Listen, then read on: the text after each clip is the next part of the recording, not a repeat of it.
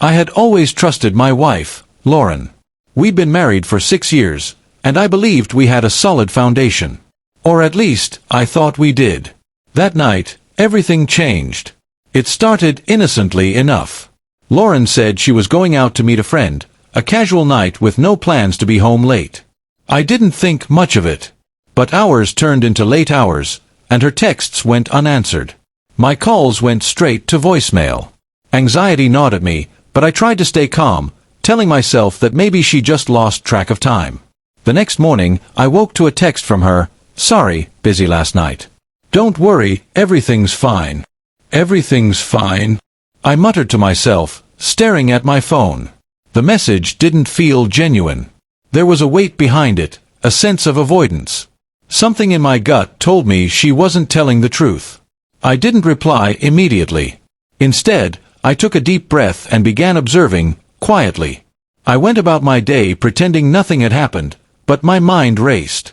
I recalled small changes over the past few months, unexplained absences, secretive phone calls, a subtle distance in her demeanor.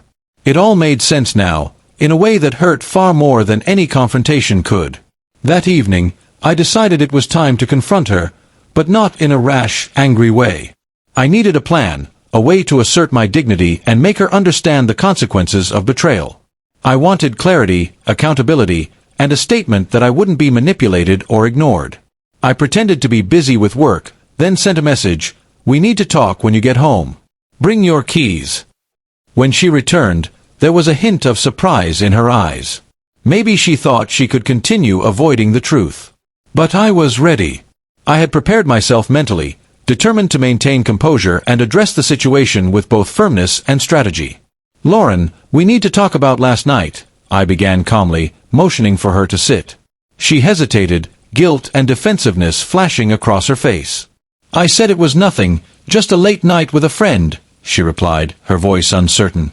I met her gaze, steady and unwavering. "I know that's not the truth. I've noticed patterns for months.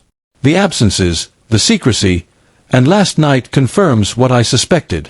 Her lips pressed into a thin line, and for a moment, she didn't speak. The silence in the room was heavier than any accusation. "I'm not angry for the sake of anger," I continued. "I'm disappointed. Betrayal isn't just about what happens in the dark. It's about the choices we make, the trust we break, and the respect we lose. And I've realized that this is no longer just about us, it's about me standing for myself." She tried to interrupt, but I held up my hand. "No. Let me finish. I've arranged for us to separate temporarily. You need to understand the consequences of your actions. I've also documented everything: messages, absences, and patterns. If you continue to deceive, you will have to answer for it in ways that affect more than just our relationship. I will not be taken for granted or manipulated." Her face paled, and I could see the realization sinking in. For the first time, she understood that her choices had consequences, that I was no longer blindly trusting her. "I want you to leave for the night," I said calmly. "Go stay with a friend or family. Think about what you've done.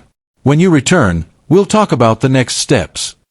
She hesitated, but the firmness in my voice left no room for argument. She packed her bag silently and left, her pride and secrets trailing behind her. Over the next few days, I focused on myself. I reconnected with friends, strengthened my routine, and reflected on what I deserved in a partner. The sense of control and self-respect I felt was empowering.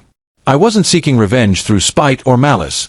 My revenge was in reclaiming my dignity, setting boundaries, and making her actions clear in their consequences.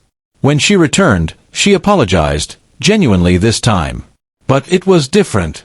She understood that trust, once broken, must be rebuilt carefully, if at all. We sat down, spoke honestly about our feelings, boundaries, and expectations. I realized that revenge didn't have to be dramatic or vengeful. It could simply be the act of taking your power back and refusing to accept betrayal silently. That experience changed me. I learned that relationships require transparency, respect, and accountability. Betrayal can hurt deeply, but confronting it strategically, with composure and clear boundaries, transforms pain into strength. And while our marriage survived that storm, I knew I had set a precedent. My trust was not limitless, my respect not negotiable, and my self-worth always protected. That was my true revenge, silent, controlled, and unassailable.